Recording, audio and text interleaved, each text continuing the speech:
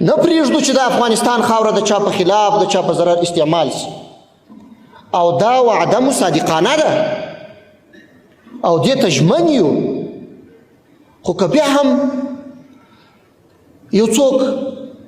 زموږ په خلاف زموږ مخالفین روزي خلکو ته دا ذهنیت ورکوي چې نور لاړ سه افغانستان ته او د افغانستان امنیت خراب کړه په یوه او بل نامه د افغانستان بعضې په کمه اندازه غولیدلي کسان پیچکاري کوي منظم کوي او زموږ په خلاف منسجم کوي دوی باید پوه سي چې په دې هر څه موږ پوهېږو موږ غافل نه یو که څوک دا کار کوي بیا دې زموږ څخه هم دا طمع نه کوي ډېر هېوادونه اوس داسې دي د خپلې بې کفایتۍ د خپلې کمزورۍ د خپل بې استعداده رهبرۍ پړه بیا هم پر افغانانو اچوي فوزونه دي پولیس دي امنیتي ځواکونه دي استخباراتي ادارې دي په میلیاردونو پیسې ورباندې مصرفېږي خو بیا هم نه دي توانېدلي چې خپل د هېواد امنیت وساتي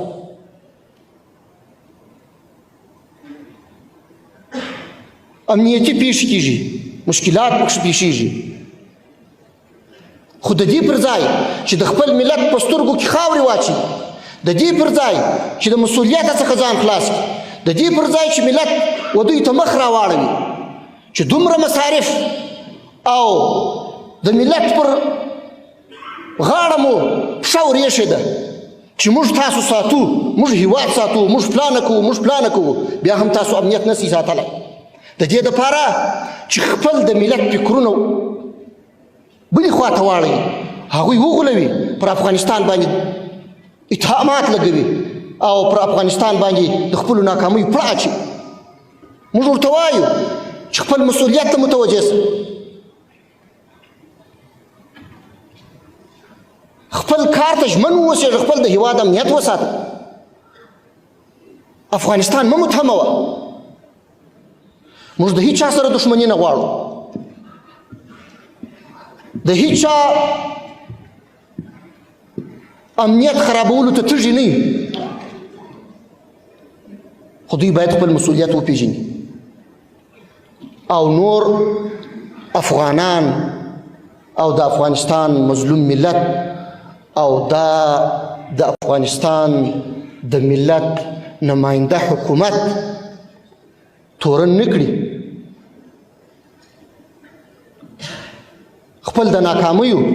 د پټولو دپاره باید بې ځایه ادعاوې ونه کړي بار وضاحتونه ورکول سوي دي دا مجاهد صاحب دی